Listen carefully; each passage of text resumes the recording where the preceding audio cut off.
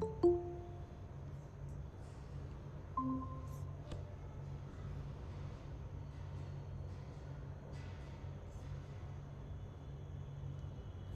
evening, all. We'll wait for a few more minutes to let others join and then we can start.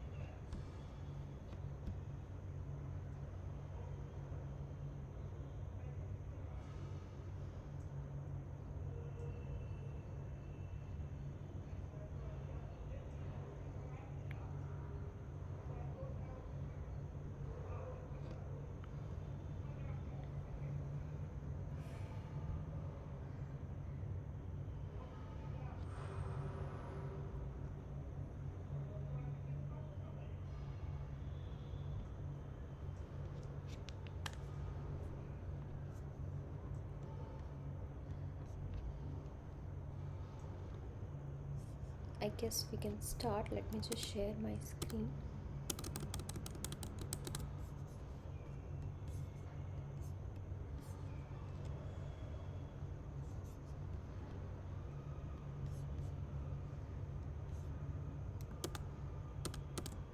Okay, I hope you people can see this.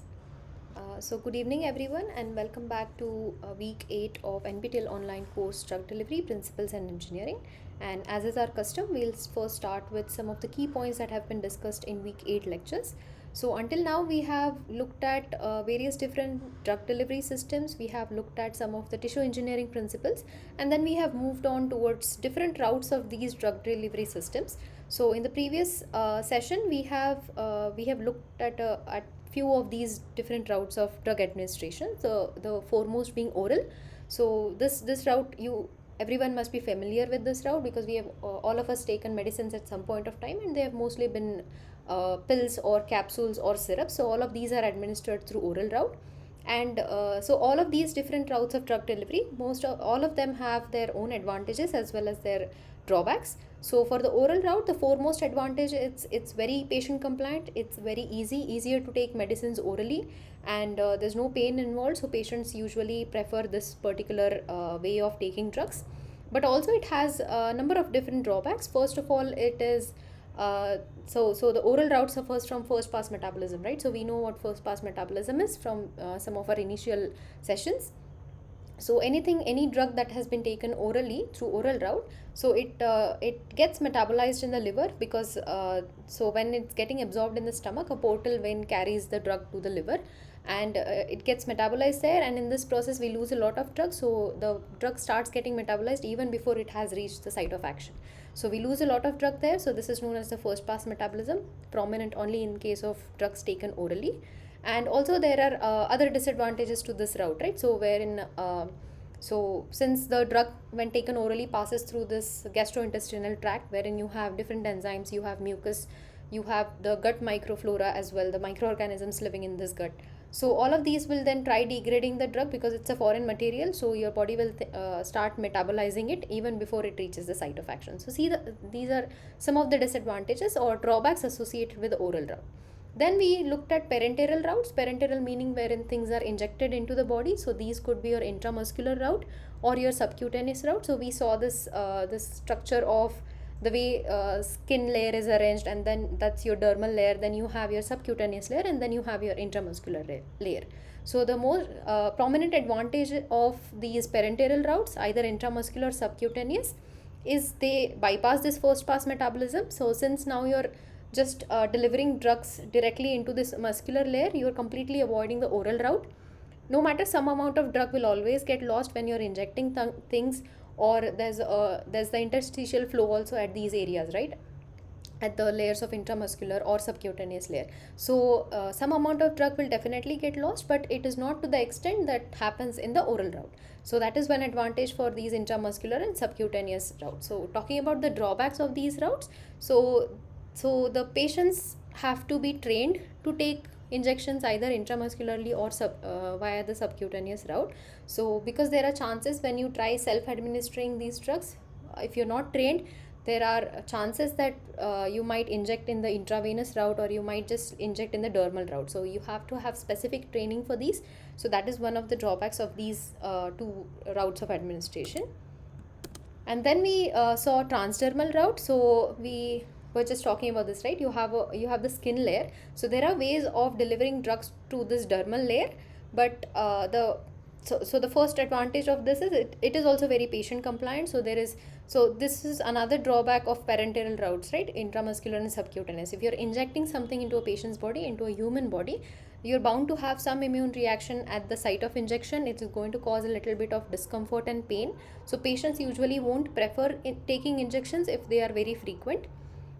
So on other hand, if you have a transdermal layer, let's say you have your medicine and you just put a patch of this particular drug on the skin, so it is not painful. Why is it not painful? Because the way these drugs are formulated, let's say you have microneedles, so these microneedles will not reach to the layer where your nerve cells are arranged, where your nerves are arranged. So the patient will not experience any pain, but it will go deep enough to let the drugs be delivered to the dermal layer.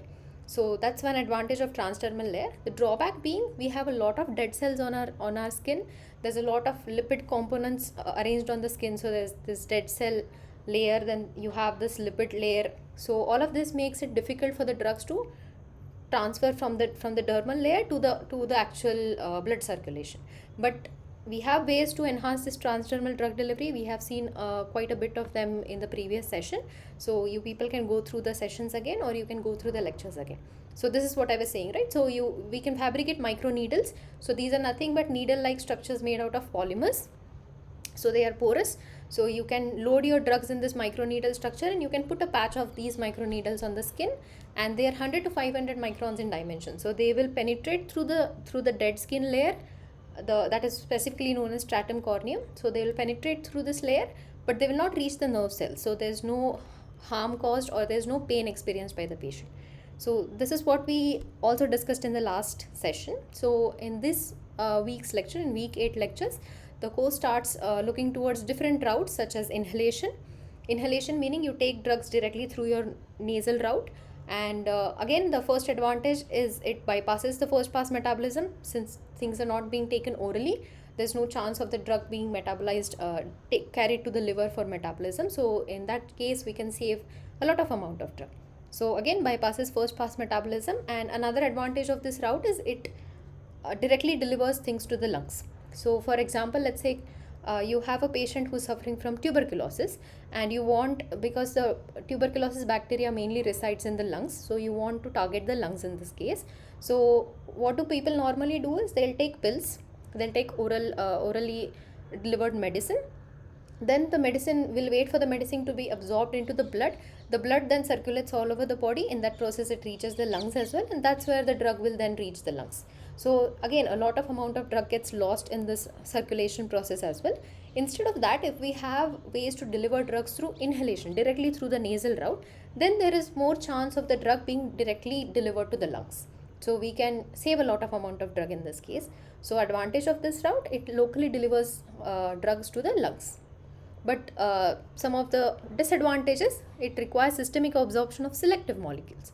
So not all of these molecules, all the drugs that we have formulated for lung disorders can reach the lungs through this particular route. It has a specific criteria of how much should be the size of your particles, or how much should be the size of your molecules that you're trying to deliver to the lungs. We'll discuss some of these concepts in the upcoming questions as well. And to deliver these drugs through nasal route, we have different apparatus such as nebulizers and dry powder inhalers. You must have seen patients with asthma having these pumps, right? So these help people deliver the drugs directly to the lungs through the nasal route. That's one route of administration. And then there's this important concept of aerodynamic diameter. So what we do is, aerodynamic diameter is nothing but the diameter of a particle, which is just equal to its physical diameter.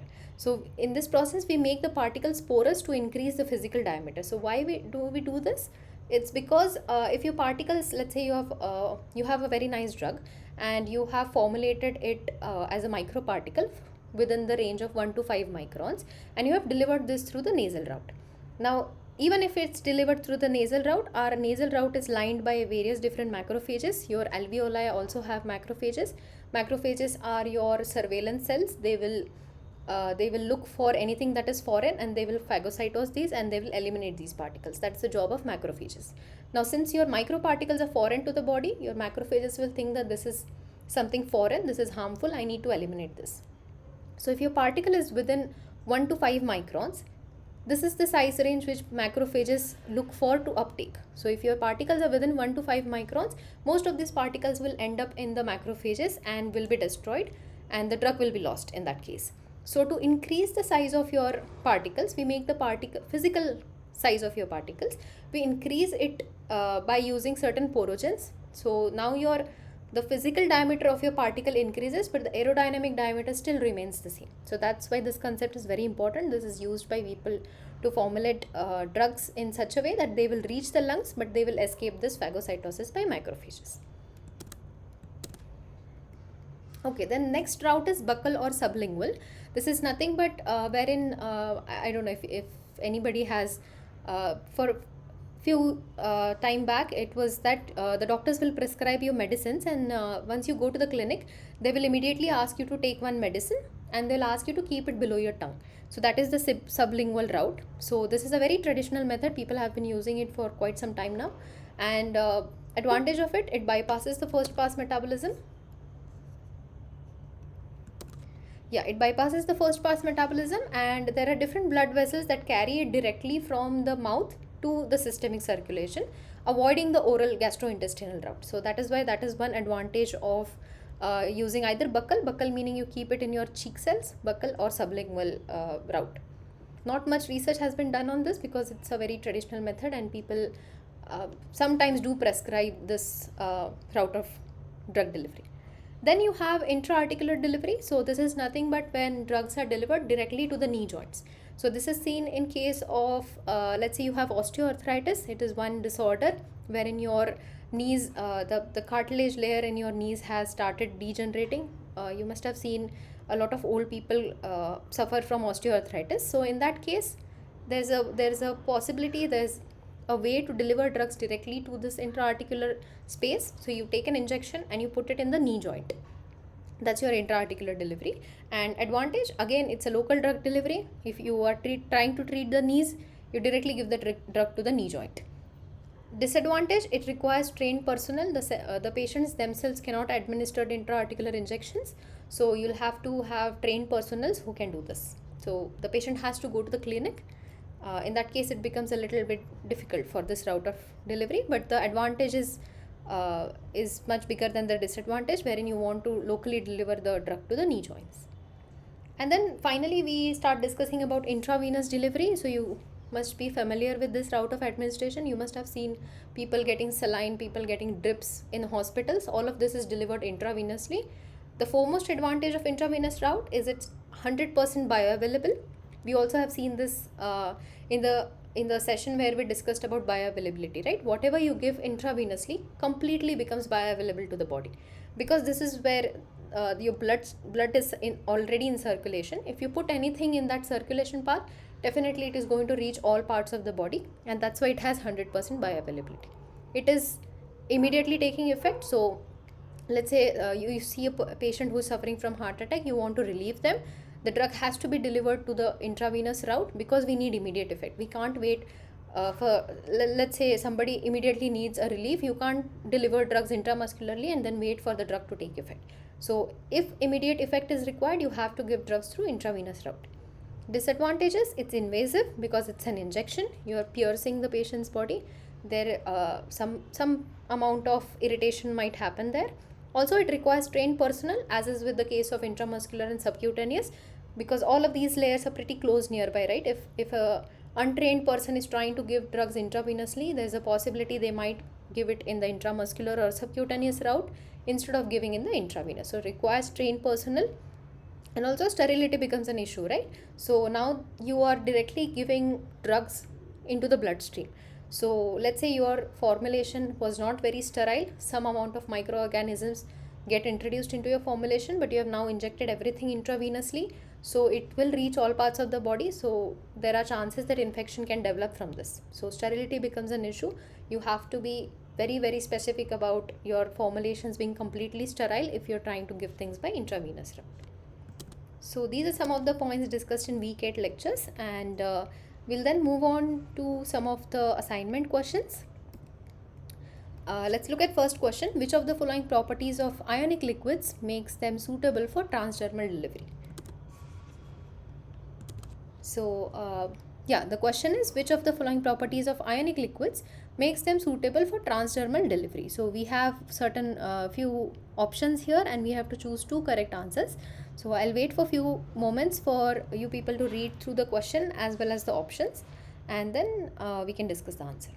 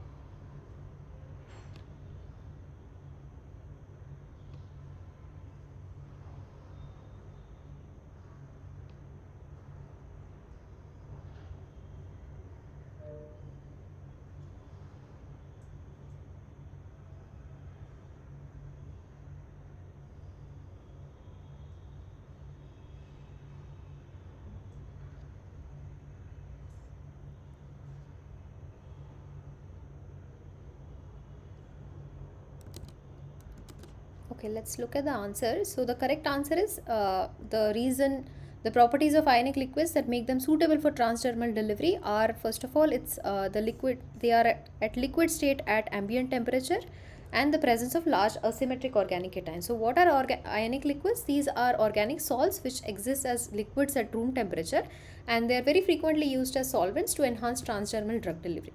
So that is one reason that the property of ionic liquids which is makes them suitable for transdermal drug delivery is, first of all, they are liquid, they are at liquid state at ambient temperature, at room temperature, and also the organic cations that are present in their structure, they enhance skin permeability by interacting with the stratum corneum's lipid layer. So as we were talking in the introductory slide, right, so your skin has this stratum corneum layer, this is nothing but your dead cells, and which are, so they make a kind of a brick and mortar layer wherein your bricks are your dead cells, and the mortar that keeps on helping to stick these dead cells together is nothing but the lipids secreted by these cells.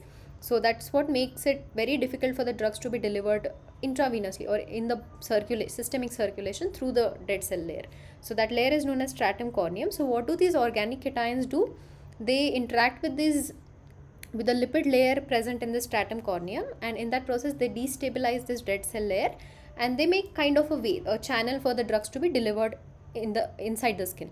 So that's why these are the two properties which helps in enhancing the transdermal delivery. One is they exist as liquids at room temperature, and another they have organic cations in their group, in their organic cation groups in their structure, which helps in enhancing the transdermal drug delivery.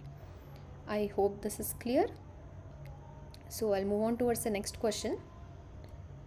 Next is fecal microbiota transplant is administered by which route? And we have to choose one correct answer. And there are a few options here. So I'll pause here and let you people read through the question as well as the options, and then we can discuss.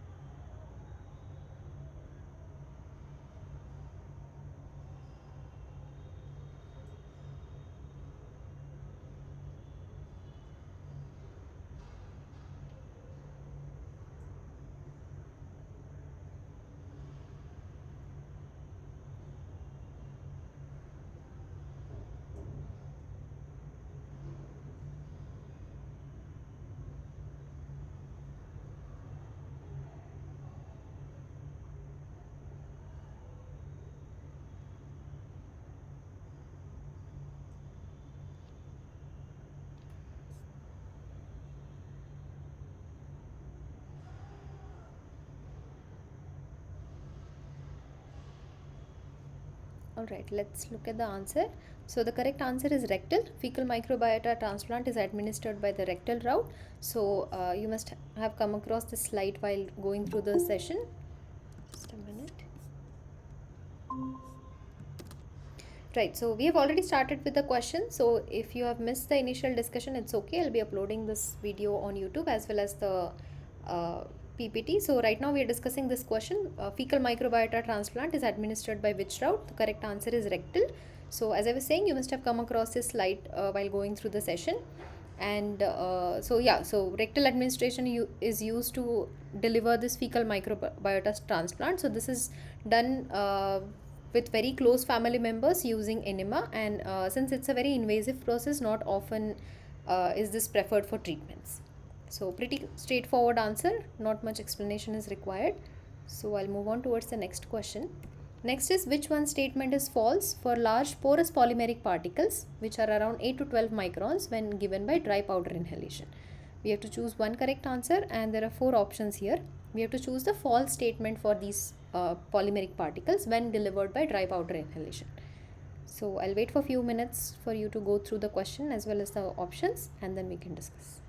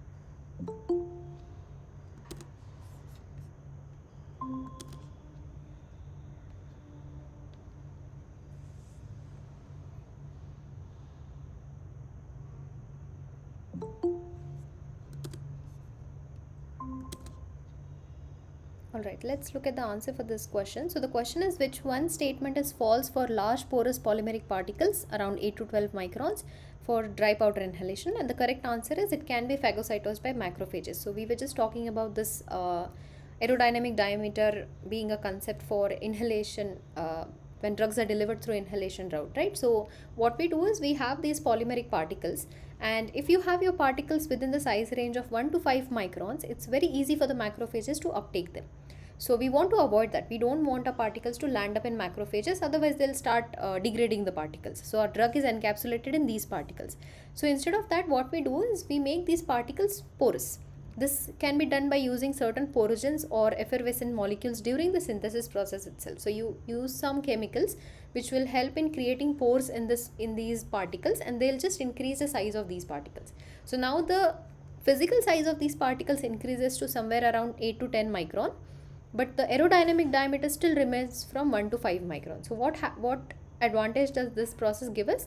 Since the aerodynamic diameter is around 2 to 5 micron, These particles are able to reach the deep lungs wherein your alveoli are arranged, and that's where your blood vessels are also there.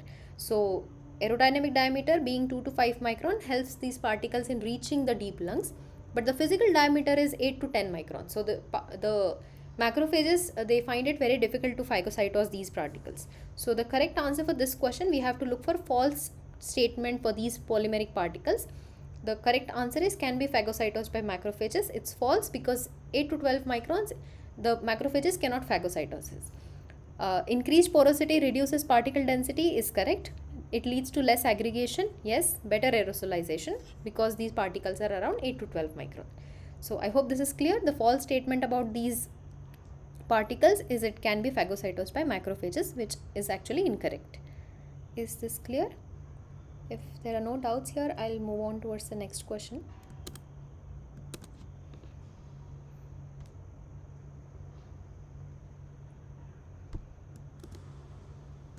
I hope I'm audible to you people.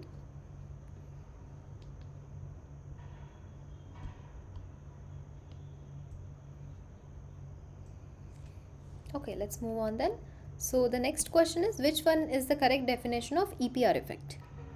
So pretty prominent in delivering drugs for tumors. So if you people know the answer, you can let me know. I'll pause for a few moments and we can discuss the answer. So the correct definition of EPR effect.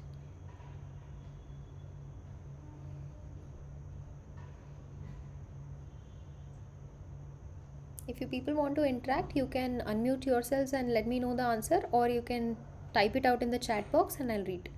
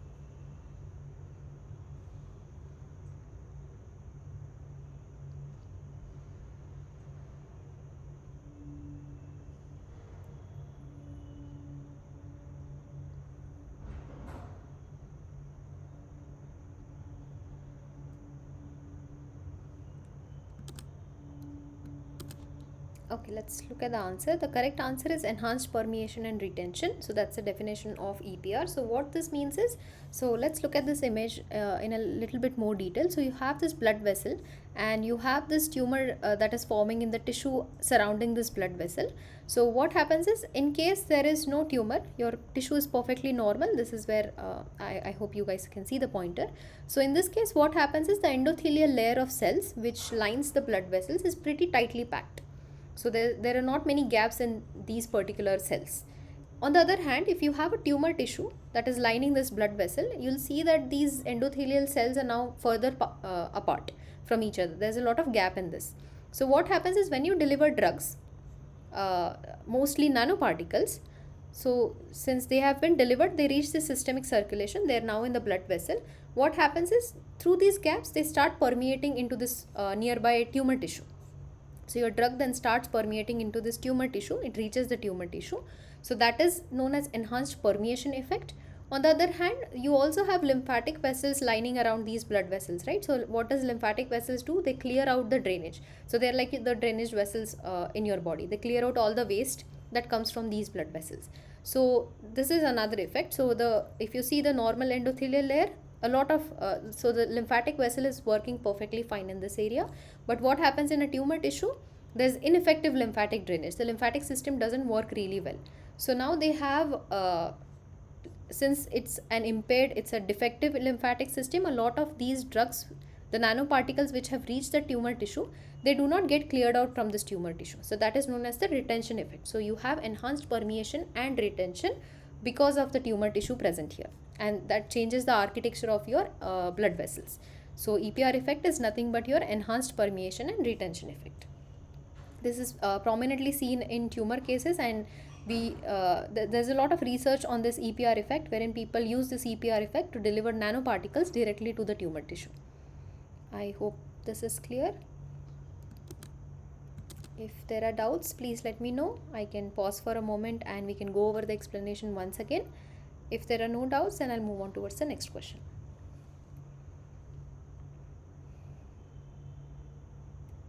Okay, let's go on then. The next question is, what is not a method to enhance permeation of a drug through the skin? So this we discussed in the initial introductory slide as well. So we have to choose a method which is not used for enhancing drug delivery through the transdermal route. I'll wait for a few minutes.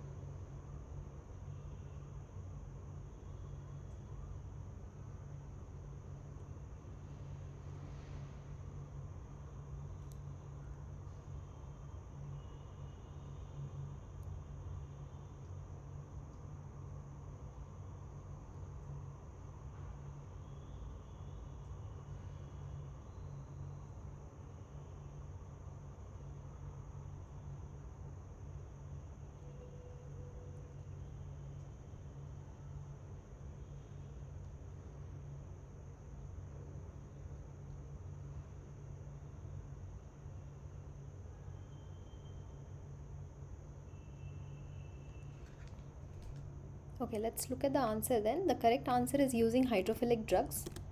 So let's look at this slide. So these are all the methods that we can use to enhance permeation through the transdermal route. First is chemical enhancers, wherein we can use certain chemicals such as DMSO or ethanol or certain surfactants. So what do these chemicals do? So as I was saying, we have this dead cell layer over the skin, which has a lot of lipid which acts as a mortar packing these cells together. So all of these chemicals, DMSO or your glycols or your ethanols, they destabilize this layer by reacting with them. So in that process, they'll disturb this layer and they'll make a channel for the drugs to pass through. So that's how chemical enhancers help. Then you have prodrugs. So we have to make there's a lipid layer, if you have a very hydrophilic drug, it will not be able to pass through this lipid layer, right? So lipids are very hydrophobic. So if you have a lipophilic drug, you make the drug a little bit more hydrophobic by conjugating it with carbon chains, make it more hydrophobic, then it will be easily be able to react with this lipid layer. So you make prodrugs out of your normal drugs. Or you can use bombardment methods such as high pressure shooting, wherein you shoot the particles directly into the dermal layer. Or you can use electric current or a high voltage electric current, either ionotophoresis or electroporation. Or you can use ultrasound. This is nothing but the sound waves at a very high frequency, so they create these cavitation forces which disrupts the lipid layer, and then again helps the drug to deliver into the systemic circulation through your skin. Or you can use laser energy. So if you look at the question is which method is not used to enhance permeation. The options are chemicals like DMSO, ethanol, we use that. High pressure shooting, yes. Ultrasound, ionic liquids, we just saw it a few questions back, right? Ionic liquids are, they're liquids at room temperature. They have organic cations which help in destabilizing the layer, and using hydrophilic drugs or using lipophilic drugs. So the correct answer, the only option that doesn't help in enhancing permeation through skin is using hydrophilic layers. We need to have our drugs to be made more hydrophobic for it to pass through this lipid layer. So the correct answer is for this question is using hydrophilic drugs. I hope this is clear and there are no doubts in this. So I'll move on towards the next question. Next question is, which of the following particles will readily be phagocytosed by macrophages? So we have been discussing a little bit about phagocytosis by macrophages. So this should be pretty straightforward to answer. I'll wait for a few minutes and then we can discuss.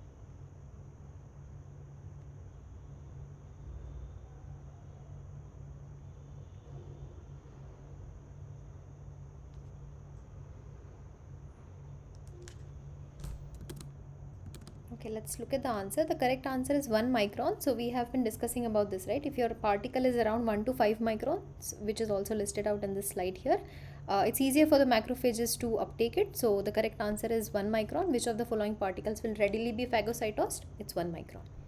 Pretty straightforward. I guess no explanation is required for this. So let's move on towards the next question. Next is, what is the optimum size of a particle for enhanced circulation time in the body? Again, pretty straightforward, I would say. So if you people know the answer, let me know. I'll pause for a few minutes.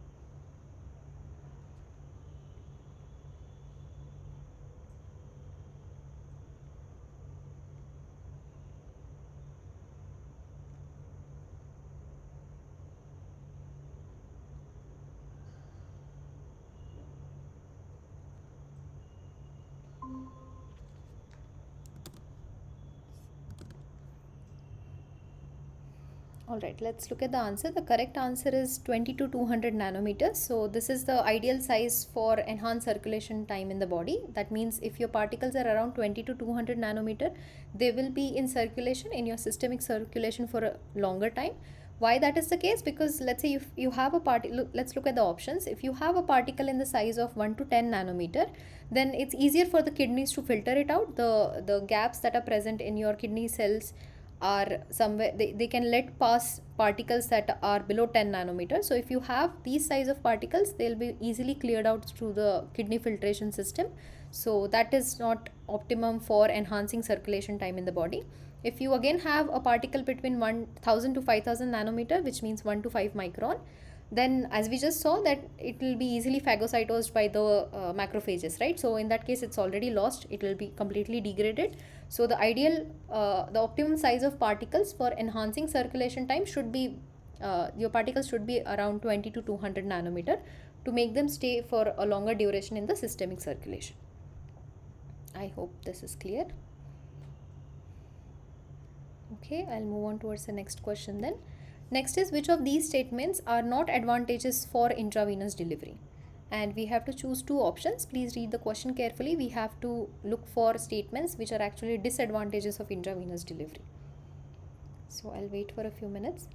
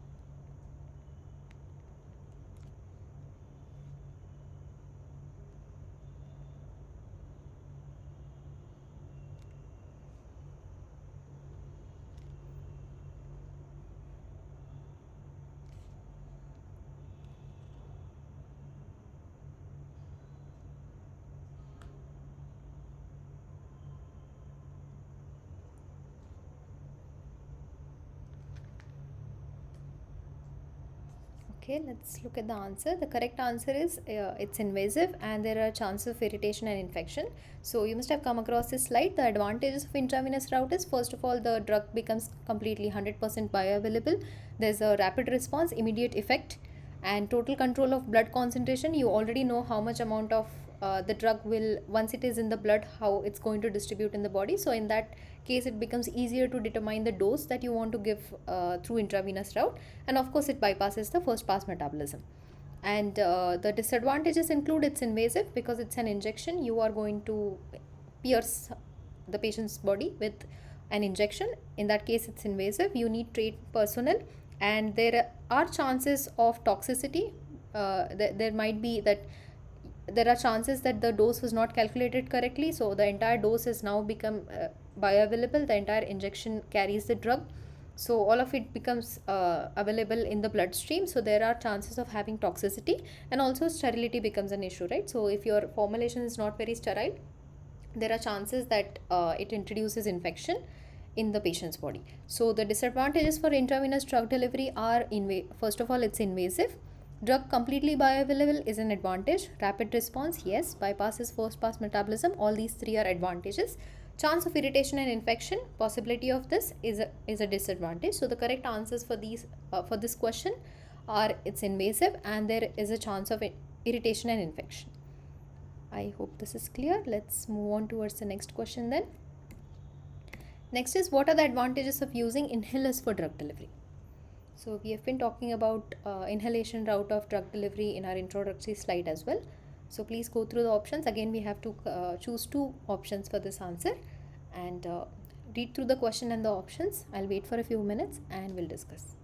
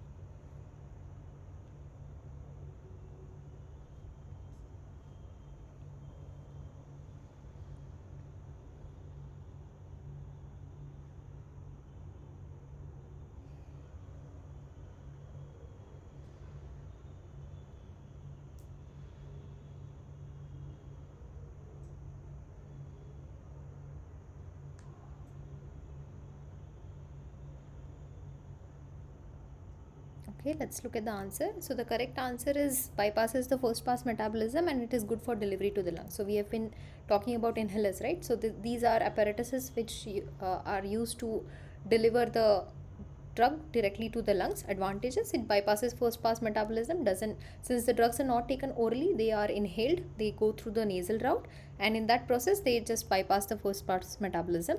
It is good for delivery directly to the lungs, local delivery, and it is also very patient compliant. It's not invasive, So in that process, in that case, it becomes much more patient compliant rather than taking injections.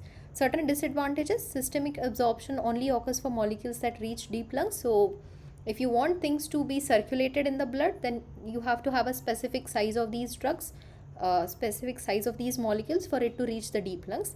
And solids and liquids can be absorbed in systemic circulation only if the size is below 100 nanometers. So as I was saying, so you have to have a specific size of these particles for it to reach the systemic circulation. So that's all I have for you people for this assignment.